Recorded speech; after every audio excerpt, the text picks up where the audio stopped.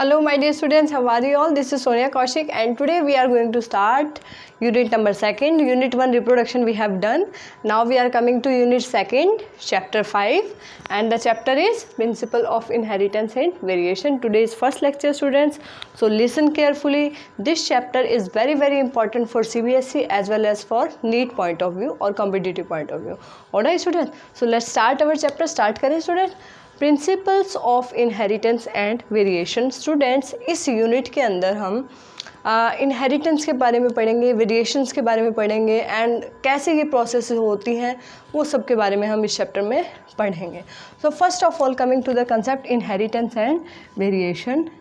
Inheritance, ठीक है, inheritance क्या होता है? देखिए स्टूडेंट्स, देखिए, inheritance is a process in which the characters और traits are transferred from one generation to another, या हम कहें the transfer of characters from parents to offspring. एक जनरेशन से दूसरी जनरेशन में करेक्टर का ट्रांसफ़र होना या पेरेंट्स से अपने चिल्ड्रन के अंदर या ऑफस्प्रिंग के अंदर करेक्टर्स का ट्रांसफ़र होना स्टूडेंट्स क्या कहलाता है? इनहेरिटेंस. और उस प्रोसेस को हेरिडिटी भी कहा जाता है. ऑलराइट स्टूडेंट्स, तो लिविंग ऑर्गेनिज्म का एक करेक्टर है that living organism can transfer the characters to their young ones. ठीक है, basically that is dependent on DNA और you can say gene that are the functional unit of DNA. क्योंकि parents से offspring के अंदर क्या आ रहा है? DNA. Half chromosomes are coming from mother and half chromosome are coming from the father. As we have studied in our first chapter, हमने पढ़ा है कि स्पर्म और ओवा के फ्यूजन से जाइगोट बनता है, देन एम्ब्रियो और देन ऑफस्प्रिंग. यानी कि 23 क्रोमोसोम स्पर्म के पास थे, 23 क्रोमोसोम ओवा के पास थे और दोनों ने मिलकर जाइगोट में 46 क्रोमोसोम बनाए. तो यानी कि हाफ ऑफ द डीएनए या हम कहें half of the chromosome are from father and half of the chromosome from mother. तो यानी कि दोनों के ही कैरेक्टर कहीं ना कहीं अगली जनरेशन में जा रहे हैं. स्टूडेंट्स, इस प्रोसेस को इनहेरिटेंस कहा जाता है. तो हम लिखेंगे इनहेरिटेंस क्या है? It is a process of transferring characters from parents to offspring, and हम parents to offspring, and we can also write from one generation to another. एक जनरेशन से दूसरी जनरेशन में कैरेक्टर्स का ट्रांसफ़र होना क्या कहलाता है स्टूडेंट? इनहेरिटेंस. कैरेक्टर को हम ट्रेट भी कह सकते हैं, ठीक है, करेक्टर को ट्रेट्स भी कहा जाता है.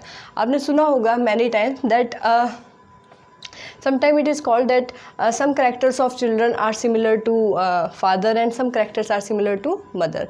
रिजेम्बलेंस कई बार बहुत ज़्यादा होती है, तो that resemblance is due to this inheritance of characters. ठीक है, तो this is inheritance and the process is also called heredity. ठीक है, तो उसके बाद आते हैं स्टूडेंट वेरिएशन. अब ये वेरिएशन क्या है? देखिए, अगर हम बात करें even the two siblings that have common parents, अगर हम दो भाई बहन की बात करें, सिबलिंग्स की बात करें that have common parents, even then the characters are not same. उनके करेक्टर्स भी बिल्कुल सेम नहीं हैं. दोनों ब्रदर सिस्टर दिखने में सेम नहीं है, क्योंकि बल्कि पेरेंट्स उनके सेम है, मदर भी वही है, फादर भी वही है.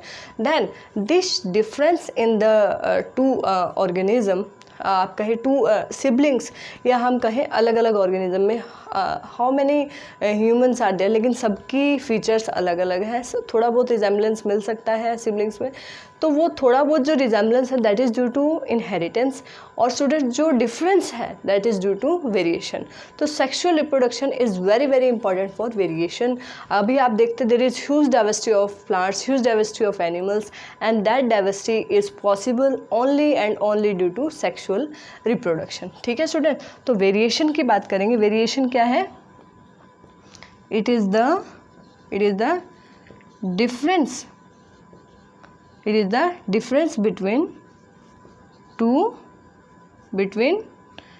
between characters that may be phenotypic character, that may be genotypic character.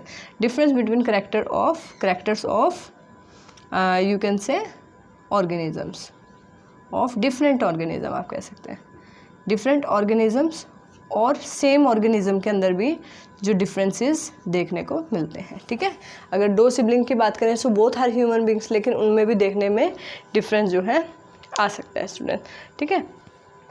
और हम कहें एक और भी हम बोल सकते हैं that offspring are different from parents.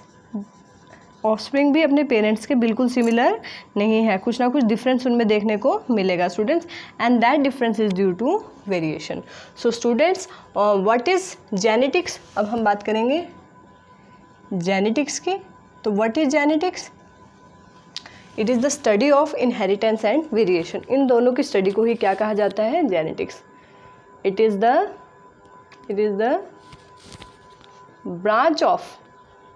branch of biology that deals with study of inheritance and variation। inheritance and variation का स्टडी जिसमें होता है, that branch of biology is called genetics। and students, George John Mendel को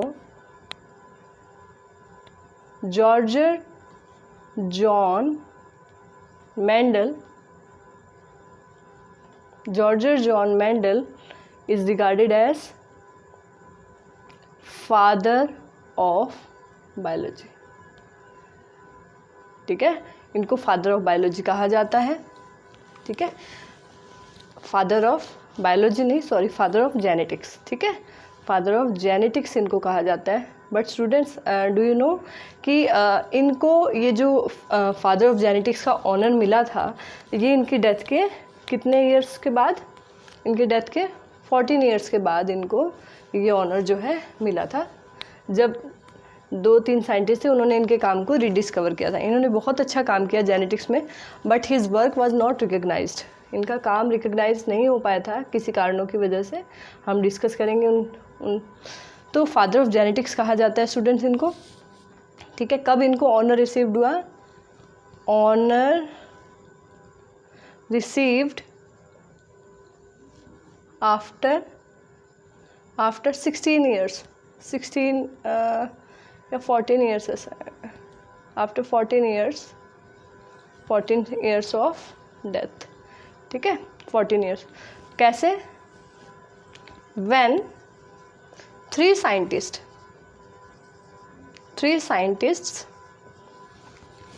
rediscovered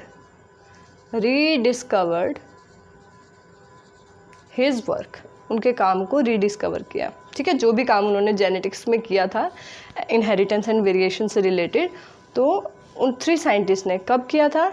1990 में। और कौन थे वो 3 scientist? Hugo de Vries, Carl Correns और एक थे von Tschermak. Alright student, so these 3 scientists rediscovered Mendel work in 1990. After that, he was recognized as father of genetics. Alright, students. So Hugo de Veris also gives mutation theory.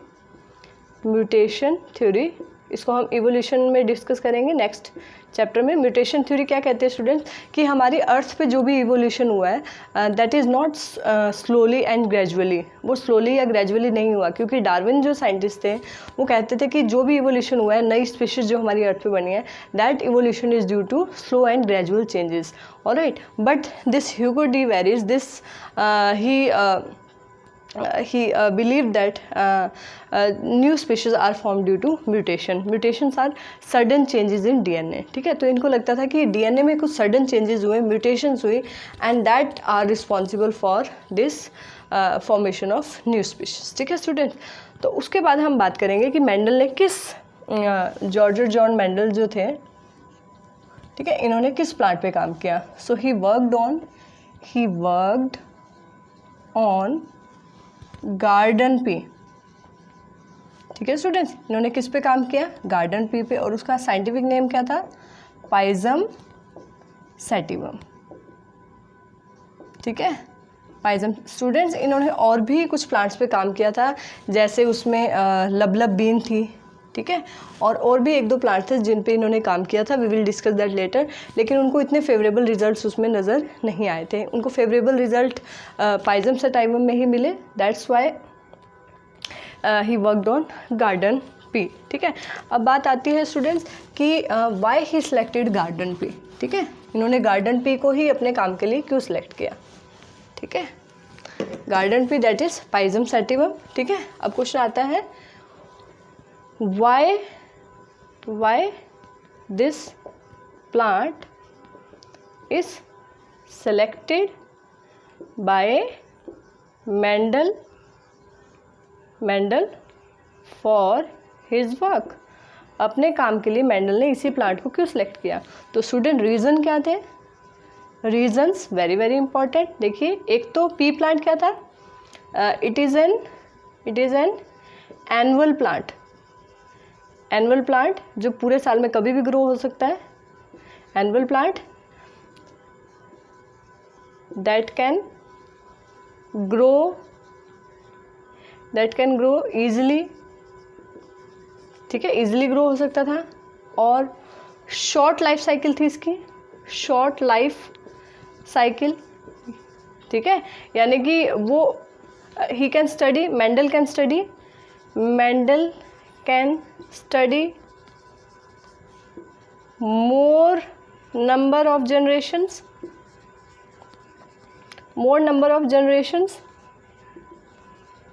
in short time में वो ज़्यादा number of generation को study कर सकते थे, ठीक है। उसके बाद ईजी टू ग्रो, ठीक है, एक तो वो एनुअल प्लांट था, कैन ग्रो ईजिली उसको ग्रो किया जा सकता था। दूसरी बात स्टूडेंट्स, इसके अंदर सेल्फ पॉलिनेशन और क्रॉस पॉलिनेशन दोनों ही प्रेजेंट थी। Self pollination and cross pollination we have discussed in chapter reproduction. Self pollination का मतलब होता है स्टूडेंट्स, अगर पॉलन ग्रेन सेम फ्लावर के अंदर ही एंथर वो स्टिग्मा पर जा रहा है, ठीक है, या फिर डिफरेंट प्लांट पे जा रहा है, तो सेल्फ पॉलिनेशन अगर सेम फ्लावर में जा रहा है या सेम प्लांट पे, और cross pollination if flowers of different plant, ठीक है। तो और उसके बाद हम बात करें, ये प्लांट कैसा था स्टूडेंट्स? बाइसेक्सुअल प्लांट था, बाइसेक्सुअल प्लांट था। प्लांट्स के लिए स्टूडेंट्स हम टर्म यूज़ करते हैं मोनोशियस, ठीक है, अगर male and female sex organ same plant के अंदर थे, both male and female part are present in same plant, ठीक है students, same plant, same flower हम कहेंगे, ठीक है, एक ही फ्लावर में प्रेजेंट थे। तो ये कुछ रीजंस थे student, that's why he selected this garden pea, ठीक है, गार्डन पी को इसलिए इन्होंने सेलेक्ट किया था। अब बात आती है स्टूडेंट्स, इन्होंने गार्डन पी के कितने करेक्टर स्टडी किए, ठीक है, तो ही स्टडीड 7 करेक्टर्स। में रब द बोर्ड, ठीक है, इन्होंने कितने करेक्टर स्टडी किए स्टूडेंट्स? 7 करेक्टर इन्होंने स्टडी किए। Very important question. वो 7 करेक्टर्स कौन से थे garden pea? Mendel studied 7 characters, pea plant के 7 करेक्टर्स की उन्होंने स्टडी की, and that 7 characters was seed, number 1 seed colour, then seed shape, pod colour, pod मतलब मटर का छिलका जो होता है, pod colour, pod shape, then flower position, flower colour,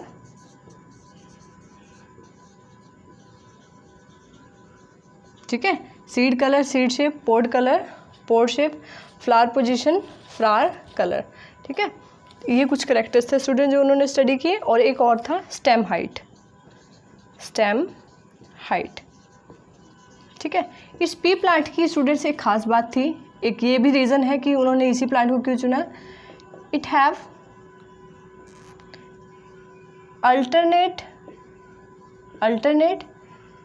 characters, alternate alleles आप कहें, एलील्स ऑफ सेम करैक्टर, ठीक है। अब एलील्स क्या होता है स्टूडेंट्स, अगर हम बात करें हर जीन के, every gene have two alternative form, two alternative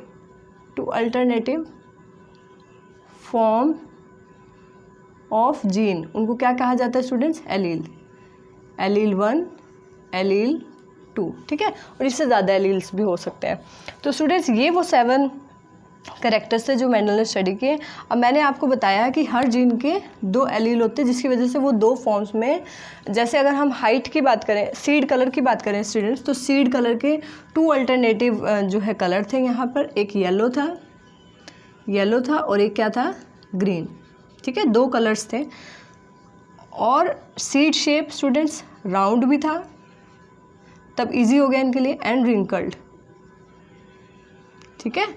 port shape की बात करें तो इन्फ्लेटेड था और कॉन्स्ट्रिक्टेड, ठीक है। पोर्ट शेप ये है। पोर्ट कलर की बात करें students, this is port shape, और यहाँ हम बात करेंगे पोर्ट कलर की, ठीक है। ऊपर नीचे कहीं भी लिख सकते हो, मैंने पहले वो लिख दिया, that's why I have change. Pod colour students again green भी हो सकता था, येलो भी हो सकता था।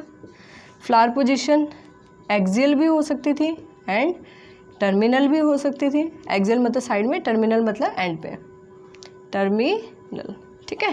फ्लावर कलर स्टूडेंट्स यहाँ पे था, वॉयलेट भी था, वाइट भी था। स्टेम हाइट टॉल भी थी एंड शॉर्ट भी थी। ऑलराइट, तो ये करैक्टर्स थे स्टूडेंट जो अल्टरनेटिव फॉर्म में प्रेजेंट थे।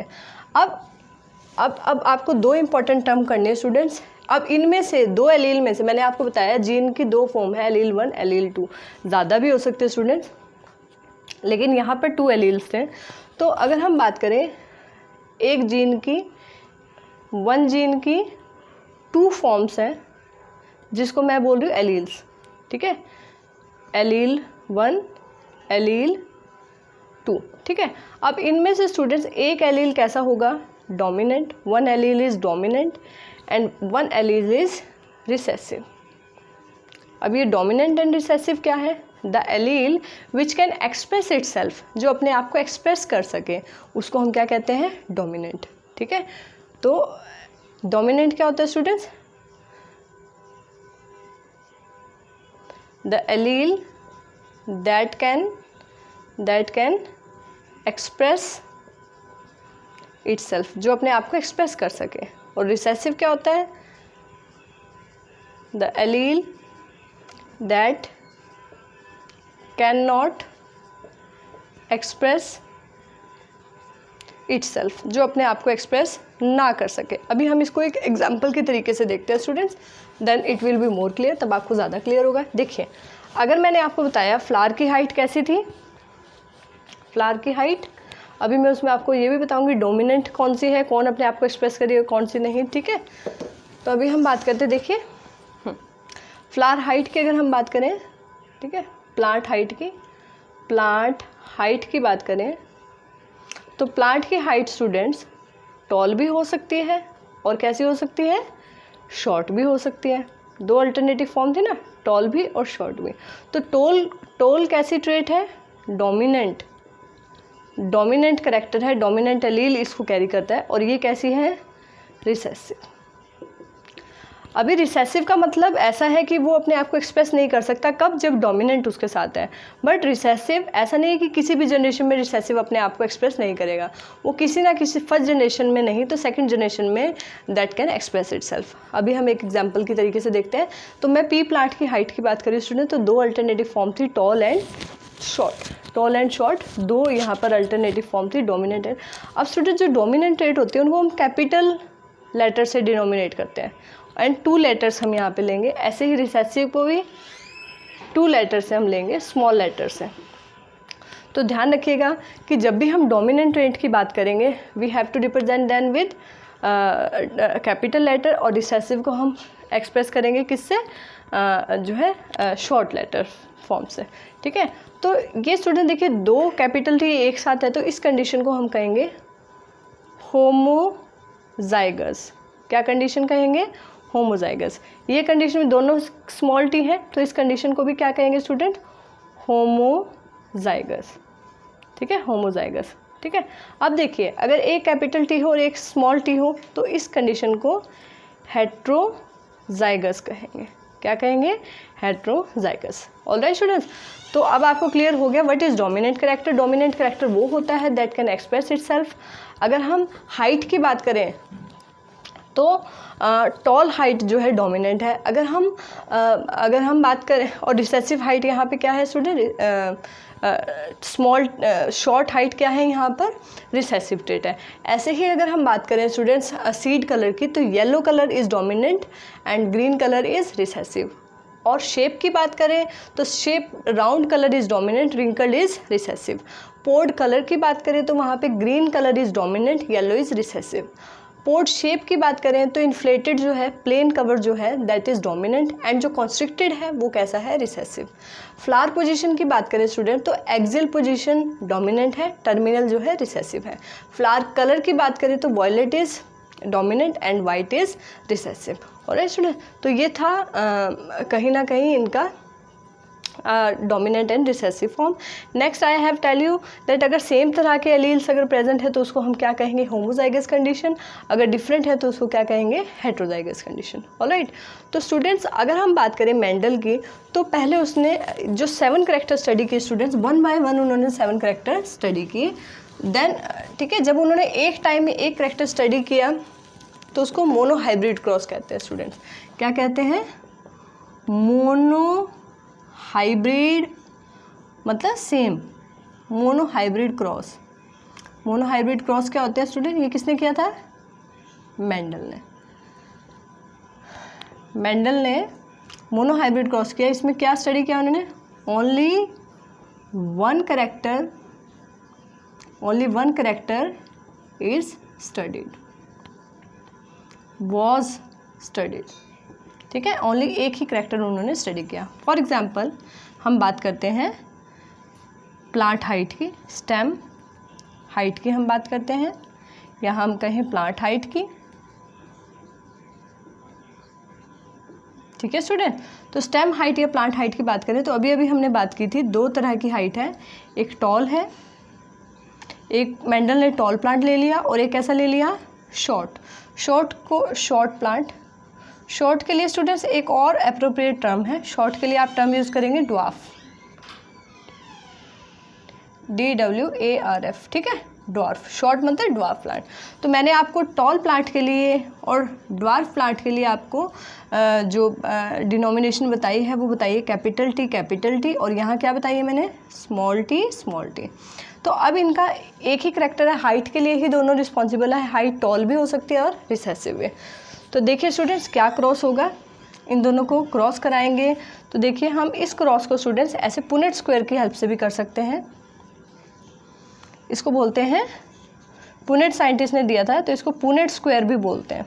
ठीक है, इसको हम क्रॉस मल्टीप्लाई करके वैसे भी रिजल्ट लिख सकते हैं और क्रॉस मल्टीप्लाई और इस तरह पुनेट स्क्वायर से। देखिए ये 2 कैरेक्टर्स हमने यहाँ लिख लिए, capital T capital and small one will written here. Alright, now आप क्रॉस मल्टीप्लाई करेंगे, देखिए capital T small T, then capital T small T, इन दोनों को करेंगे कैपिटल स्मॉल। तो हमारे पास स्टूडेंट्स अगर हम सारे कॉमन कैरेक्टर हैं तो हमारे पास क्या, कैपिटल एंड स्मॉल, यानी कि होमोजाइगस कंडीशन। ये भी कैसी थी, होमोजाइगस कंडीशन थी। ये भी कैसी कंडीशन थी स्टूडेंट्स, होमोजाइगस कंडीशन थी। ठीक है, अब ये जो क्रॉस करने के बाद फर्स्ट जो जनरेशन आई है that is F1 generation. And students this F1 generation is called first filial generation. Alright, इसको फर्स्ट फीलियल जनरेशन भी कहा जाता है, capital T and small T. Alright, तो अभी ये प्लांट कैसा होगा स्टूडेंट, देखिए ये dominant, capital T is dominant, small T is recessive. तो अभी ये प्लांट कैसा होगा स्टूडेंट, टॉल, यानी कि द डोमिनेंट ये भी टॉल होगा। 4 प्लांट्स हमारे पास आए, सभी के सभी क्या होंगे, टॉल होंगे, सभी के सभी क्या होंगे स्टूडेंट्स, टॉल होंगे। क्यों टॉल होंगे, because this capital T is for dominant, small T is for recessive. तो हमने पढ़ा है dominant gene will express itself, हमेशा डोमिनेंट हमेशा अपने आप को क्या करेगा, एक्सप्रेस करेगा, और रिसेसिव जब डोमिनेंट के साथ होगा तो ये अपने आप को एक्सप्रेस नहीं कर पाएगा। लेकिन मैंने आपको बताया था अगर फर्स्ट जनरेशन में रिसेसिव जीन अपने आप को एक्सप्रेस नहीं कर पा रहा, so it will express in second generation, second generation में वो अपने आप को एक्सप्रेस जो है कर सकता है। देखिए स्टूडेंट, सेकंड जनरेशन का एग्जाम्पल मैं आपको यहाँ दे रही हूँ। तो देखिए हमारे पास फर्स्ट जनरेशन का जो रिजल्ट था वो है कैपिटल टी स्मॉल टी, ठीक है। अब हम इसी की क्या करवा देंगे, क्रॉसिंग, यानी कि सेल्फिंग, ठीक है। सेल्फिंग यानी कि F2 जो जनरेशन, F1 जो जनरेशन है उसी की क्रॉस करवा देंगे। तो देखिए पुनेट स्क्वायर हम करके देखते हैं, आप मल्टीप्लिकेशन ऐसे भी कर सकते हैं, कैपिटल स्मॉल और यहाँ पे भी कैपिटल एंड स्मॉल। देखिए कैपिटल टी कैपिटल, इसको इससे करेंगे कैपिटल स्मॉल, इसको इससे करेंगे capital small, small T small T. अब देखिए स्टूडेंट्स हमारे पास रिजल्ट क्या रहा, एक हमारे पास कैपिटल टी आया है। ये कौन सी जनरेशन की हम बात करें, F2 जनरेशन। तो F2 जनरेशन में हमारे पास क्या है स्टूडेंट्स, कैपिटल टी फिर capital small and small small. तो एक हमारे पास क्या आ गया, टॉल, और देखिए यहाँ पर रिसेसिव जीन अब अपने आप को, एलील अपने आप को एक्सप्रेस करेगा, ये कैसा है, ड्वार्फ। और क्योंकि स्टूडेंट्स इन दोनों में यहाँ पर एक एक डोमिनेंट जी एलील है तो ये भी कैसे होंगे, टॉल। अब आप कहेंगे कैपिटल टी है then it's also tall, and इधर capital T small T then is again tall. Is there any difference, yes this is pure tall, क्योंकि दोनों ही कैपिटल है तो ये प्योर टॉल होगा। और ये दोनों दिखने में टॉल है स्टूडेंट्स, लेकिन अगर हम इनके एलील देखें तो यहाँ एक कैपिटल एक स्मॉल, तो इनको हम हाइब्रिड टॉल कहेंगे, these are called hybrid tall. यानी कि अब हम दो तरह के कैरेक्टर्स, दो तरह से इस रिजल्ट को लिख सकते हैं स्टूडेंट्स। जैसा हमें दिख रहा है फिनोटिपिक रेशो जो हमें दिखाई दे रही है, ऑलराइट, और असली में जो है उस रेशो को कहते हैं जो जीन्स के बेसिस है, जीनोटिपिक रेशो, ठीक है स्टूडेंट्स, वेरी वेरी इंपॉर्टेंट। तो एक हमें यहाँ से आइडिया मिलेगा दिखने में हमारे पास कैसे प्लांट्स हैं और एक असल में कैसे प्लांट्स हमारे पास अवेलेबल है। तो स्टूडेंट्स जो हमें दिखाई दे रहे the character that are visible, उनको हम कहेंगे, उनको क्या कहेंगे स्टूडेंट्स, जो कैरेक्टर्स हमें विजिबल है दैट आर फिनोटिपिक रेशो, और अगर हम जीन्स के बेसिस पे रेशो निकालते हैं तो उसको जीनोटिपिक। तो यहाँ देखिएगा स्टूडेंट्स हमारे पास प्योर टॉल, फिनोटिपिक टॉल कितने दिखने में, अब हमें देख करके जीन्स तो दिखाई देते नहीं है, सो वी कैन से कि ये तीनों ही क्या होंगे, tall, all three will be tall. तो फिनोटिपिक रेशो की अगर हम बात करें 3:1, 3 मतलब ये टॉल है और एक क्या आया स्टूडेंट, ड्वार्फ। लेकिन ये तीनों के तीनों प्योर टॉल नहीं है, तो हम बात करें 1:2:1, ये होगी जीनोटिपिक रेशो स्टूडेंट्स। यहाँ पे 1 क्या है, प्योर टॉल, 2 क्या है, हाइब्रिड टॉल, एंड 1 क्या है स्टूडेंट, लास्ट 1 क्या है, प्योर ड्वार्फ। ठीक है, ड्वार्फ हमारे पास F1 जनरेशन में नहीं आया था, F2 में आया है। यानी कि रिसेसिव ट्रेट जो है या रिसेसिव करैक्टर जो है, रिसेसिव एलील जो है, पहली बात तो वो जब डोमिनेंट के साथ होगा it can not express itself. दूसरी बात वो F1 जनरेशन में एक्सप्रेस नहीं करेगा तो वो F2 में एक्सप्रेस जरूर करेगा। कंडीशन क्या है F2 जनरेशन में, जब होमोजाइगस कंडीशन में होगा, जब दोनों स्मॉल टी साथ होंगे, only then it will express. Alright students, तो यहाँ से एक जो 3 साइंटिस्ट जिन्होंने मेंडल के काम को रीडिस्कवर किया था स्टूडेंट्स, कौन थे वो 3 साइंटिस्ट, अभी हमने बात की थी 3 scientist who rediscovered, very very important for neat and CBSE, who rediscovered Mendel's work. तो वो 3 साइंटिस्ट हमने अभी भी बात की थी, कौन थे, remind it, Hugo de Vries, दूसरा Carl Correns, and third one is von Tschermak. ये 3 साइंटिस्ट थे। तो 1990 में इन्होंने मेंडल के वर्क को रीडिस्कवर किया था, ठीक है। तो इन 3 scientist students, they also given, यहाँ लिखते हैं दीज साइंटिस्ट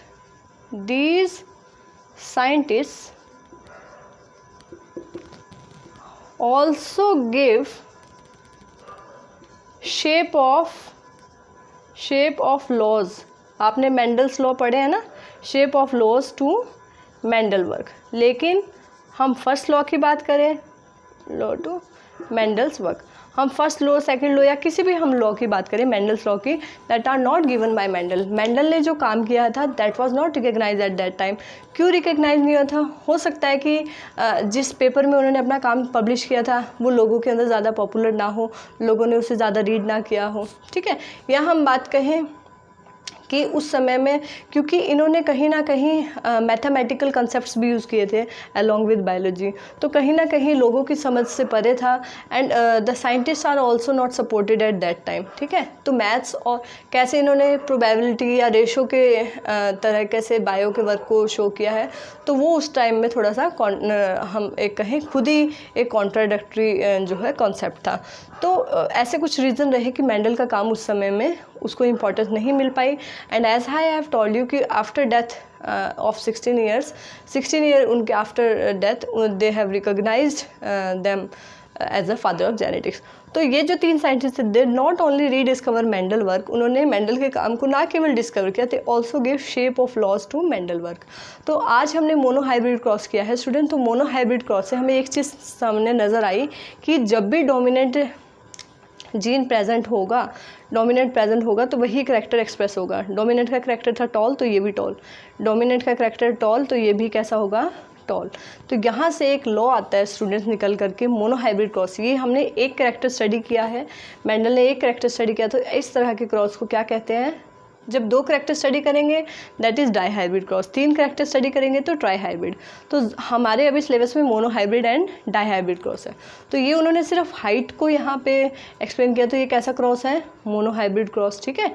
और हाइट को लेकर के, ठीक है, प्लांट हाइट की या स्टेम हाइट की हम बात करेंगे। तो यहाँ से एक लॉ निकल करके सामने आया स्टूडेंट्स, जो इन 3 साइंटिस्ट ने उनके काम को दिया। लॉ की शेप वेरी वेरी इंपॉर्टेंट, ठीक है। बहुत ही कम स्टूडेंट्स जो हैं ये चीज़ जानते हैं कि Mendel not give laws, the shape of laws is given by these 3 scientist who rediscovered Mendel work. तो हम बात करते हैं स्टूडेंट्स फर्स्ट लॉ की, law of dominance. Law of dominance, it is also called first law of genetics, ठीक है। तो law of dominance क्या कहता है? देखिए, law according to law of dominance only the dominant character will express itself, the recessive will not express itself, ठीक है। Law of dominance, according to this law the dominant allele, हम allele कह सकते हैं, और एलील की जगह उसको क्या दे सकते हैं? कैरेक्टर भी कह सकते हैं, या क्या कह सकते हैं? ट्रेट, ठीक है। द डोमिनेंट एलील और कैरेक्टर कैन एक्सप्रेस इटसेल्फ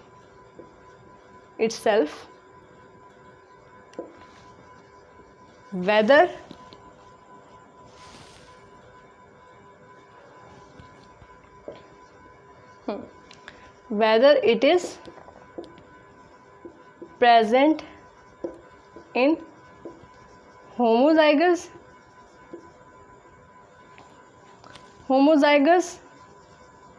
या फिर हेट्रोजाइगस कंडीशन, ठीक है। चाहे वो होमोजाइगस कंडीशन में है, चाहे वो हेट्रोजाइगस कंडीशन में है। होमोजाइगस यानी कि दोनों सेम है, हेट्रोजाइगस दोनों डिफरेंट है। तो चाहे वो होमोजाइगस कंडीशन है, चाहे हेट्रोजाइगस कंडीशन है, dominant allele will always express itself. This is called law of dominance, इसको कहते हैं लॉ ऑफ डोमिनेंस।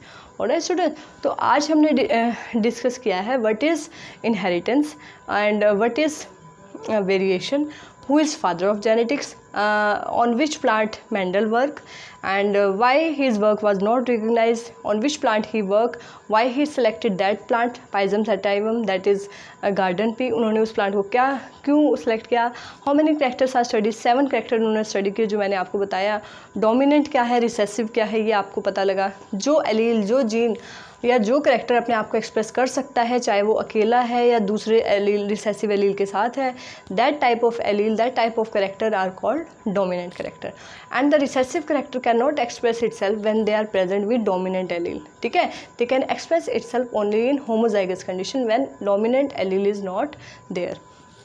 फिर हमने we have discuss 3 scientist who did discover Mendel work and also give shape of laws to Mendel work, that are von Tschermak, Hugo de Vries and Carl Correns, ठीक है। फिर हमने बात की mono hybrid cross की, उन्होंने 1 character को ही एक टाइम में स्टडी किया, जैसे कि मैंने आपको एग्जांपल दिया प्लांट हाइट। तो मोनो हाइब्रिड क्रॉस में फिर हमने F1 जनरेशन F2 जनरेशन तक किया। फिर हमने किया फिनोटिपिक रेशो क्या होती है, जो सिर्फ हमें दिखती है, जीनोटिपिक रेशो जो असली में on the basis of genes जो असली में रेशो है, ठीक है, तो ये दोनों डिफरेंट होंगी। देन मोनो हाइब्रिड क्रॉस से जो कंक्लूजन था, जो लॉ सामने आया, that is law of dominant, कि लॉ ऑफ डोमिनेंस ये कहता है that the dominant character, dominant allele, dominant trait will express itself, चाहे वो अकेला है होमोजाइगस कंडीशन, चाहे वो हेट्रोजाइगस कंडीशन में है, in both condition the dominant will express, dominant gene will express itself, this is called law of dominance. In our next lecture we will discuss dihybrid cross, हम dihybrid cross discuss करेंगे जिसमें 2 character, जैसे seed colour और seed shape, 2 character हो गए ना, seed colour 2 तरह के हैं, yellow and green, seed shape भी 2 हैं, राउंड एंड रिंकल्ड। मैंने आपको बताया है सीड कलर येलो और ग्रीन में से कौन सा डोमिनेंट था पाइजम सटाइवम में, yellow is dominant, green is recessive. Seed shape की बात करें तो round is dominant, wrinkle is recessive. तो हम 2 करेक्टर को एक साथ कैसे स्टडी करते हैं, कैसे उसका पुनेट स्क्वायर बनेगा, क्या फिनोटिपिक जीनोटिपिक रेशो होंगी, and what is the conclusion at that dihybrid cross, किस तरह के लॉ सामने आए, so that we will discuss in our next lecture. Alright student, so this chapter is quite new concept for you all, so read it carefully, ठीक है। in NCERT this chapter is slightly you can say complex, so you can easily understand with the help of this lecture. Alright students, thank you.